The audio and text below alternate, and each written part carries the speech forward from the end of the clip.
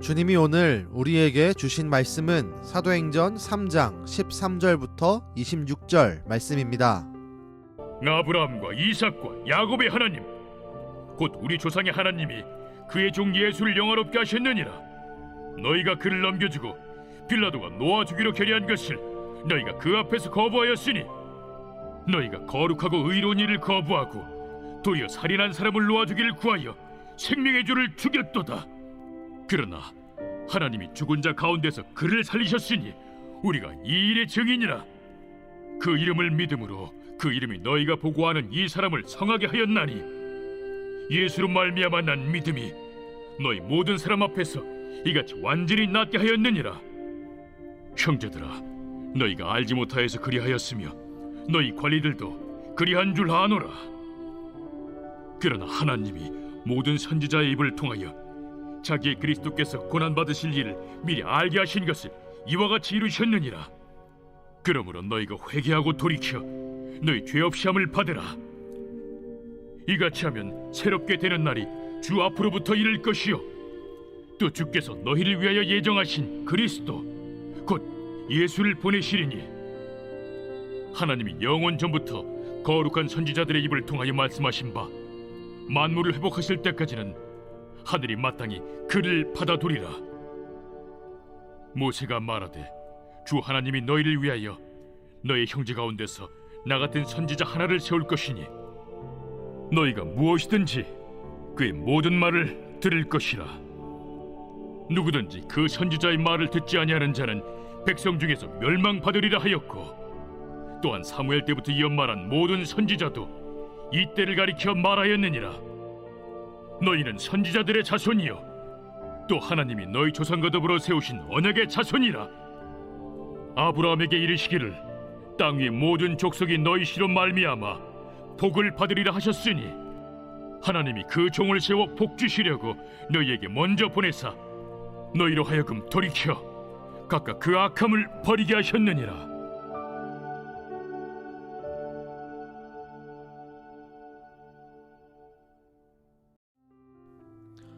날 때부터 걷지 못하는 자가 걷고 뛰는 것을 보게 된 사람들이 솔로몬 행각에 모였습니다. 모인 사람들을 향한 설교가 베드로를 통해 시작됩니다. 걷지 못하는 자를 치유한 베드로와 요한을 향해 주목하는 사람들에게 예수님을 드러냅니다. 자신들은 예수님의 증인이라고 분명히 선포합니다. 사실 유대인들은 하나님이 보내신 메시아 예수 그리스도를 거부한 사람들입니다. 그런데 정작 자신들이 거부한 예수님의 이름으로 치유된 병자들을 보기 위해 몰려왔습니다. 이들에게는 진정한 구원자 메시아 예수 그리스도가 필요한 것이 아니라 예수 그리스도의 이름으로 이루어진 기적과 치유만을 원했습니다. 그러나 이렇게 눈에 보이는 현상만을 쫓아가는 사람들에게 베드로는 그 근원을 소개하고 있는 것입니다. 우리의 모든 것을 아시고 도우시며 우리의 질병의 치료자가 되시며 그 무엇보다 우리의 죄의 문제를 해결하시는 구원자 예수 그리스도를 유대인들에게 소개해주고 있습니다. 베드로 설교의 핵심은 예수님을 드러내는 것입니다. 예수님께서 우리의 구원자임을 사람들에게 알게 하는 것입니다. 베드로는 스스로를 증인이라고 15절에서 당당히 드러냅니다. 베드로는 증인임을 드러내고 증인의 삶을 실천합니다. 예수님이 구원자임을 선포합니다. 베드로는 병고침의 역사는 본질적인 치유, 곧 죄의 용서와 연결되어 있음을 함께 선포합니다. 그리고 19절에서 이렇게 선언합니다. 그러므로 너희가 회개하고 돌이켜 너희 죄 없이 함을 받으라. 이같이 하면 새롭게 되는 날이 주 앞으로부터 이를 것이요. 베드로는 병을 치유하는 것이 진정한 회복이 아니라 우리의 죄의 문제를 해결하는 것이 진정한 치유이며 회복임을 선포하는 것입니다. 우리가 삶을 살아가다 보면 여러 가지 문제를 만납니다. 그때 우리는 예수님의 이름으로 이루어지는 능력을 구해야 합니다.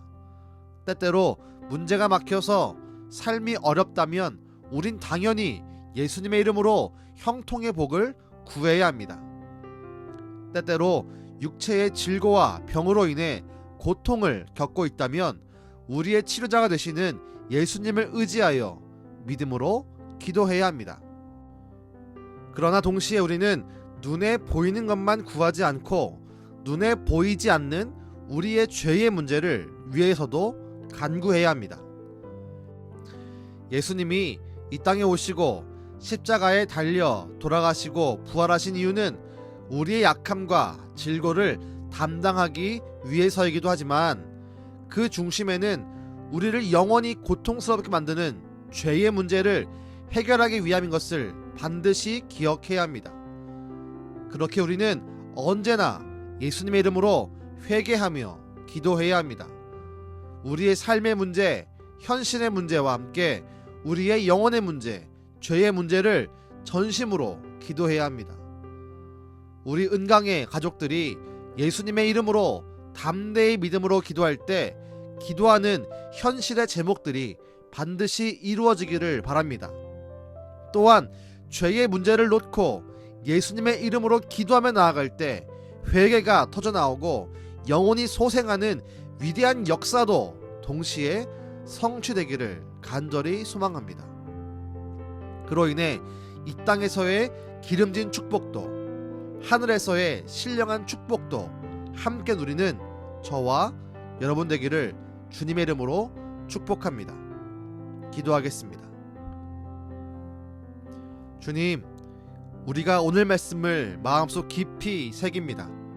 우리가 솔로몬 행각에 모인 사람들처럼 눈에 보이는 현상만 쫓지 않게 하시고 눈에 보이는 현상을 위해 기도도 하지만 동시에 정말 중요한 우리의 죄의 문제를 해결하기 위해서도 주 앞에 날마다 회개하며 기도할 수 있게 하여 주옵소서.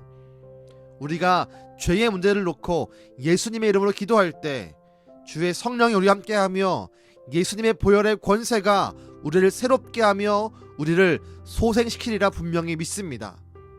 주여, 우리의 죄의 문제를 해결해 주시고 우리의 현실에서의 문제도 주의 능력으로 이루어 주시옵소서. 지금도 이 땅에서의 삶도 이후의 삶도 책임지시는 예수님의 이름으로 기도드렸습니다. 아멘.